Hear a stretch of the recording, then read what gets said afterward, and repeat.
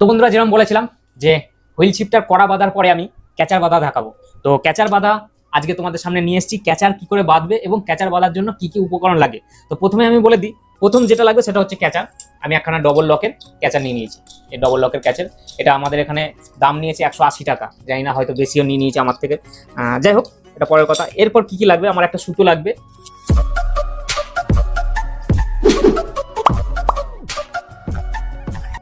এটা আমি পাটের সুতোও দিতে পারতাম, কিন্তু পাটের সুতো দিলাম না, মানে এটা পেলাম, এটা বেশ ভালো লাগলো, এটাই নিয়ে নিলাম। আর এই পাইপটা কেউ দেয় না, আমি দেবো এই কারণেই। এই পাইপটা এর মধ্যে দিয়ে ভালো করে জাম করে দিলে এতে কি হবে, সুতোটা বেশি লাগবে না, সুতোটা অল্প লাগবে আর হালকা হবে জিনিসটা। সুতোটা অনেক সময় কি হয়, অনেকটা সুতো পড়লে না ফেভিকল দিয়ে আঠা দিয়ে দিতে দিতে মানে অনেকটা মোটা হয়ে যায়। তো ওইটার বদলে আমি এটা পাইপটা দেবো। আর আমি নিয়েছি, এটা হচ্ছে ফ্লেক্স কুইক, ডেনডাইট, অ্যারালডাইট, এমসিল, কিছুটা কট সুতো, এটাই এমসিল, এটা অ্যারালডাইটটা মাখবো বলে এটা নিয়েছি, আর একটা নিয়েছি কাঁচি। তো ফার্স্ট আমাদের কি করতে হবে, ফার্স্ট তোমাদেরকে এই যে টুপিটা রয়েছে এই টুপিটা আগে ঢুকিয়ে দিয়েছি, কারণ এই টুপিটাই কিন্তু ভুলে গেলে পরবর্তী সময় পড়াতে বিশাল সমস্যা হবে। তো এটা এখন ঢুকিয়ে রেখে দিয়েছি। এরপর আমাদের মেন কাজ হচ্ছে গিয়ে, আমি একটুখানি সাইড হয়ে যাই কারণ এখান দিয়ে দেয়ালে ঠেকে যাচ্ছে, অসুবিধা হচ্ছে। এইখান থেকে আমাকে এইটার একটা মাপ নিয়ে নিতে হবে। এটা আমি মাছ বরাবর করে রেখে এদিকে হালকা করে একটুখানি বের করে রাখবো, কারণ এখানে যখন এই ক্যাপটা পরাবো এর গায়ে কিছু এমসিল লাগিয়ে দেবো, যাতে এইটা ভালোভাবে লক হয়ে যায়। অনেক সময় কি হয়, এটা লক হয় না বলে এটা কাজ হয় না। তো এটাকে আমি একটুখানি বার করে রাখবো, আর জিনিসটাও ভালো লাগবে দেখতে, এটার সাথে ভালো করে অ্যাটাচমেন্টও হয়ে যাবে। আর এইটা বার করে রাখলে আমাকে এইরকম ভেতর দিকে এরকম জায়গা করে আমাকে এই পাইপটা লাগাতে হবে, এরকম ভেতর দিকে। তো এই পাইপটা আমাকে এতটা ভেতরে রাখতে হবে, এতটা ভেতরে, তারপর গিয়ে জিনিসটা অ্যাডজাস্ট হবে। তো আগে আমাকে এই পাইপটাকে বাইন্ডিং করতে হবে। পাইপটা আমি কিরমভাবে বাইন্ডিং করব, প্রথমে আমি এখানে কিছুটা সুতো দিয়ে দিই। সুতোটা তোমরা কিন্তু খুব ভালোভাবে বেঁধে নেবে, কারণ এই সুতোটাই হচ্ছে পুরো মেন কাজ।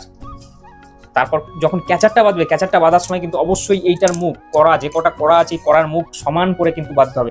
এটা কিন্তু একটু এদিক ওদিক হয়ে গেলে কিন্তু তখন আবার ডিস্টার্ব হয়ে যাবে, দেখতে বাজে লাগবে, আর কাজটাও ঠিকঠাক হবে না, বলো। আমি এর আগেও অনেকগুলো ছিপ নিজে বেঁধেছি, আর মাছ ধরা শখ যতটা আছে ততটা শখ নিজে হুইল বাঁধতেও ভালো লাগে। মানে নিজের জিনিস একটা নিজে বেঁধে ইউজ করবো, ওটার মজা আলাদা কিন্তু বন্ধুরা। এটার মজা কিন্তু বোঝানো মুশকিল যে এটা এরকম মজা লাগে। যাই হোক, তো এটা দেখো, এটা আমি জড়িয়ে নিই আগে, এটা তোমরাও জড়িয়ে নেবে।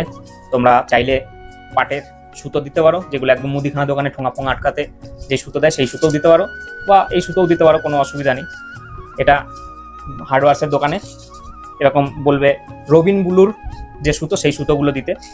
তো এই সুতোগুলো খুব ভালো কাজ হয়, তোমরা এটাও দিতে পারো। তো এরকমভাবে আমি ফটাফট করে জড়িয়ে নিই আগে, তারপর তোমাদেরকে বাদবাকিটা দেখাবো। আর আগের ভিডিওটা, তোমরা কড়া বাঁধার ভিডিওটা যদি না দেখে থাকো, অবশ্যই কিন্তু কড়া বাঁধার ভিডিওটা দেখে নেবে যে কিরমভাবে কড়া বাঁধতে হয়। আমার এই ছিপটা কিন্তু পুরোটাই নিজের হাতে বাঁধা হচ্ছে। আশা করি তোমাদের ভালো লাগবে এবং ভালো লেগেছে, আগের ভিডিওটা অনেক সবাই দেখেছে। তো এটা আমি ফটাফট করে জড়িয়ে নিই। এটা যদি দেখি এটা ঢুকছে না, মানে হলহল করে হয়ে যাচ্ছে, তো আরেক রাউন্ড ওপর থেকে জড়িয়ে দেবো। এতে কি হবে, ওটা টাইটভাবে বসে যাবে, আর এটা টাইটভাবেই বসাতে হবে, কারণ টাইটভাবে না বসালে সমস্যাটা পরে দেখা দেবে আবার। আর এটাকে মাঝ বরাবর এই কারণে নিয়েছি, পেছন দিকটা কিছুটা করে আমি ডান্ডা বের করে রাখবো এই কারণে। এটাকে মাথায় একটা গিট মেরে দেবো হালকা করে, কারণ এটা এখন ছিঁড়বো না, কারণ এটা যদি মনে হয় যে হয়ে গেছে তখন আবার কি করতে হবে, এর ওপরে আরেকখানা করে গিট বাঁধতে হবে। তো এটা দেখো মোটামুটি টাইট মোটামুটি হয়ে গেছে, আর বেশি টাইট করলে হবে না। তো আরেকটা কিন্তু প্যাচ দেওয়া যেতে পারে, অসুবিধা কিছু হবে না। আরেকটা প্যাচ দিলে কতটা কি টাইট হচ্ছে সেটা একবার দেখে নিই, তারপর আমি কিন্তু আরেকবার টাইট করে দেবো। তো এটাকে আরেকবার এখান থেকে ভেতর দিক দিয়ে একবার করে নিয়ে যাই, কারণ এটা যত টাইট বাঁধা হবে ক্যাচারটাও কিন্তু খুব সুন্দরভাবে বসবে। এটার উপরেই ডিপেন্ড করছে ক্যাচার কিরকম থাকবে কি না থাকবে। তো এটা একবার ঢুকিয়ে দেখে নিতে হবে যে এর মধ্যে ঢুকছে কিনা। এটা ঢুকতে একটু টাইট হচ্ছে, কিন্তু এই টাইটটাই আমাদের চাই। তো এটাকে আমি যত তাড়াতাড়ি সম্ভব করে দিচ্ছি, কারণ ভিডিওটা অনেকটা লম্বা হয়ে যাবে। তোমরা একটুখানি ধৈর্য ধরে একটুখানি টাইম দিয়ে ভিডিওটা দেখো, ভিডিওটা তোমাদের একটু হলেও উপকার হবে। আর এরকম প্রতিনিয়ত আমি কিছু না কিছু একটা বানানোর ভিডিও বা মাছ ধরার ভিডিও, যাই হোক, এটা আমার একটা ব্লগ চ্যানেল। এই চ্যানেলের মধ্যে সমস্ত ধরনের আমার জীবনের সমস্ত খুঁটিনাটি জিনিস আমি তুলে ধরার চেষ্টা করি। আর গঙ্গায় মাছ ধরার ভিডিওও আছে। আর এই ছিপটা আমি মূলত গঙ্গায় মাছ ধরার জন্যই বানাচ্ছি। গঙ্গায় একটুখানি চিংড়ি মাছ ধরার শখ আছে।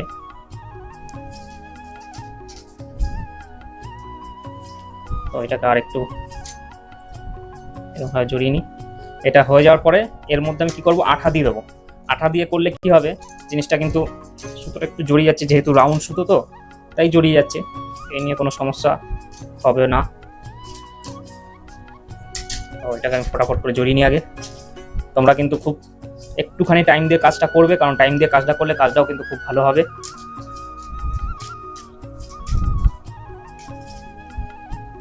দেখতেই পাচ্ছ আমার মোটামুটি কমপ্লিটের দিকে হয়ে এসছে। এটা হয়ে যাওয়ার পরে আবার যখন ক্যাচারটা বাঁধবো, ক্যাচারটা বাঁধার সময় আবার দড়ি দিতে হবে, কারণ দড়িতেই মেন ক্যাচারটা আটকে থাকবে। তো এটা হয়ে গেল। এখানটা আমি একটা এরকম ভাবে ধরে একটা পাক মেরে এর ভেতরে ঢুকিয়ে এতে টেনে দেবো। এতে কি হবে, একখানা গিট টাইপের পড়ে যাবে, এখানে সুন্দরভাবে থেকে গেল। এই দেখো, এবার কি করব, এটাকে একবার দেখে নেব ঢুকছে কিনা, কতটা কি যাচ্ছে কি না যাচ্ছে। তোমরা এটা দিতেও পারো, আবার নাও দিতে পারো, এই নিয়ে কোনো সমস্যা নেই। এখানটায় ডাইরেক্ট সুতো বেঁচিয়ে তোমরা এই ক্যাচার জড়িয়ে দিতে পারো, ওটা কোনো সমস্যা হবে না। আমার ইচ্ছে হলো এটা হালকা হবে তাই আমি এটা দিচ্ছি, এটা না দিলেও চলবে, এটা কোনো বাধ্যতামূলক নয়। তো দেখো এটা একদম নিয়ে চলে এসেছি। দেখো এরকম থাকবে আমার জিনিসটা, একদম সলিডভাবে বসে গেছে। এবার কি করব, আমি এক রাউন্ড খুলে এটা আঠা দিয়ে দেবো। একটুখানি খোলা যাচ্ছে না, খুলতে একটুখানি সমস্যা হচ্ছে। আঠাটা দিতেই হবে, কারণ আঠাটা না দিলে এটা কামড়টা ঠিকঠাক নেবে না। তো দেখো এটা সুন্দরভাবে বসে গিয়ে প্যাচ হয়ে গেছে। আমি এর মধ্যে আঠা দেবো ডেনড্রাইট। এই ডেনড্রাইট আঠাটা আগে পাওয়া মানে খুব পাওয়া যেত, এটা কোনো কারণে বন্ধ করে দিয়েছিল তোমরা জানো। এখন আবার বই খাতার দোকানে বের করেছে, বেশ ভালো কাজ হয়, সুন্দর। তো এটা আমি বই খাতার দোকান থেকে এনেছি। এটা দিয়ে এর মধ্যে ভালো করে একদম সলিডভাবে দিয়ে দিলাম, দিয়ে এটাকে ছিপিটা আটকে দিই, নাহলে এটা জমে যাবে তাড়াতাড়ি। এইবার কি হবে, আমি এইটাকে বসিয়ে দেবো। দেখো এটা এবার কিন্তু খুব ইজিলি চলে যাচ্ছে, যেহেতু আঠাটা পড়েছে একটু নরম হয়েছে। দেখো এতটা আসলেই হবে আমার, কারণ এরপর আবার ক্যাচারটা পড়বে। ক্যাচারটা পড়লে এইটা হলো গিয়ে ছিপটা, এই হলো রেডি। এরপর হবে ক্যাচারটা বসবে। ক্যাচারটাকে আমি এরমভাবে বসিয়ে দেবো, আর ক্যাচারটা আমার এরমভাবেই থাকবে, কারণ এই করার সাথে এইটার কিন্তু সব সময় মাপটা নিয়ে নিতে হবে, মানে সোজাটা এরমভাবে মাপ নিয়ে নিতে হবে। এরপর কি করবো বন্ধুরা, আমি আবার সুতো এইদিকে জড়াতে থাকবো। তো দেখো আমি বলেছিলাম এইখানটা একটুখানি বার করে রাখবো, আর এই টুপিটা এই জায়গাটায় পড়ে যাবে, তোমরা দেখতেই পাচ্ছ। তারপর হয়তো আমাকে এখানে কি করতে হবে, সুতো আবার জড়াতে হবে এই পাইপের মধ্যে। তো সময় নষ্ট না করে সুতোটা জড়িয়ে দিই। আঠা তো দিয়ে দিয়েছি, অসুবিধা হবে না। সুতোটা এখানটা একটুখানি ভালো করে জড়িয়ে দিই আগে। তোমরা কিন্তু এই কাজগুলো কিন্তু খুব সময় দিয়ে করবে, যত সময় এখানে দেওয়া হবে কাজটাও কিন্তু পরিষ্কার হবে, আর তোমার মনের মতন একটা ছিপ তুমি নিজে বানিয়ে নিতে পারবে।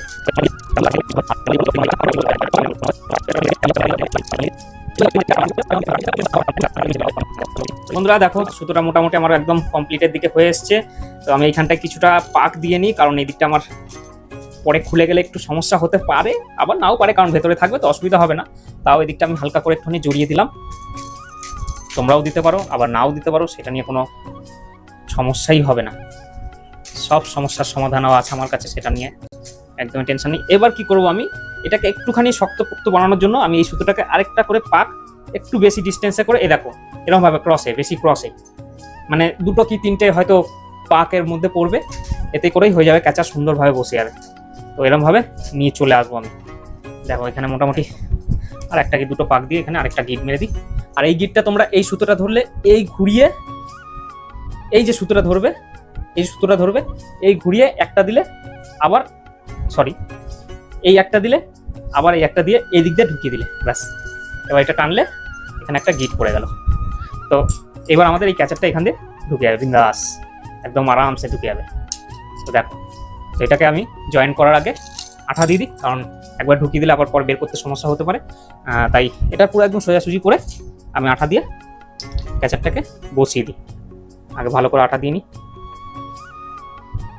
আঠাটা দিলে কি হবে, অনেকটা মোবিলের মতন কাজ হয়। এই আঠাটা কিন্তু তোমরা বই খাতার দোকানে কিনতে পেয়ে যাবে। বই খাতার দোকানে এখনও পাওয়া যাচ্ছে। এটা ডেনড্রাইট নামেই নাম রয়েছে, কিন্তু এটা একটুখানি আধুনিক প্রযুক্তিতে বানানো, আগেরটা যেরকম ছিল তার থেকে একটুখানি কোয়ালিটিতে ভালো করেছে। তো এটা আমি আরেকটু দিয়ে দিই, কারণ এটা মনে হচ্ছে না কম হয়ে গেল, আর কম দিয়ে কাজ করতে ভালো লাগবে না। ব্যাস, এটা সুন্দর হয়ে গেল। এবার কি হবে, ক্যাচারটাকে আমি সুন্দর করে ঢুকিয়ে দেবো।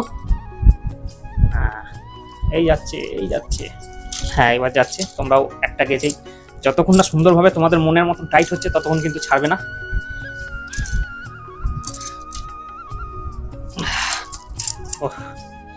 একদম কাছাকাছি চলে এসেছে আমাদের গন্তব্যের। আর মেন ব্যাপার কি হচ্ছে, হাতটা বিশাল স্লিপ খেয়ে যাচ্ছে। চলে এসছে। তো এবার আমি এই কড়ার সোজাসুজি দেখে ঘুরিয়ে সুন্দরভাবে বসিয়ে দেবো।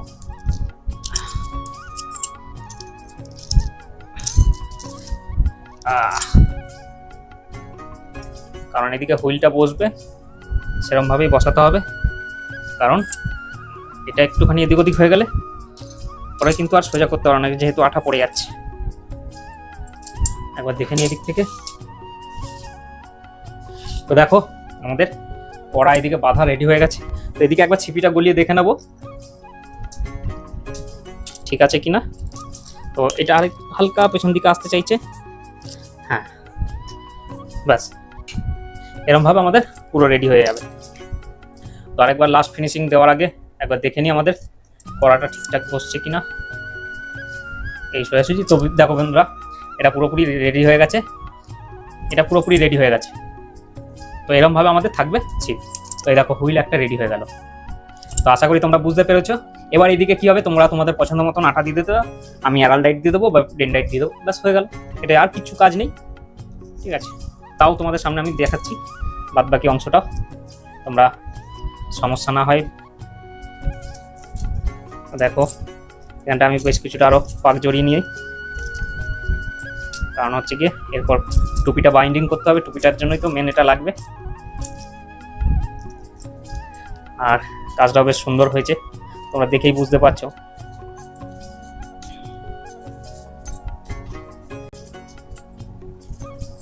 দেখো দেখো বন্ধুরা, আমার একদম কাজ শেষের দিকে হয়ে গেছে।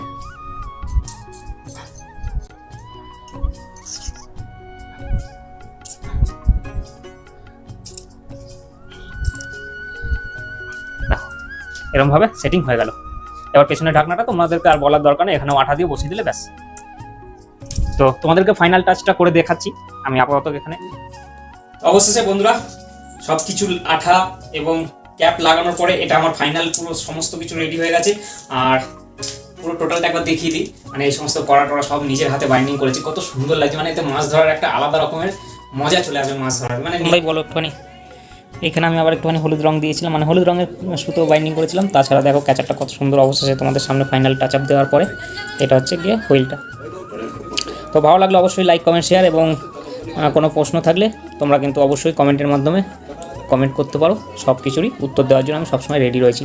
তো এটা দিয়ে একদিন মাছ ধরবো, সেটাও তোমাদের সামনে তুলে ধরবো। আজকের মতন ভিডিওটা এখানেই শেষ করছি, কারণ বাইরে প্রচুর চেল্লামিল্লি হচ্ছে, একটুখানি সমস্যা হচ্ছে, অ্যাডজাস্ট করে নিও।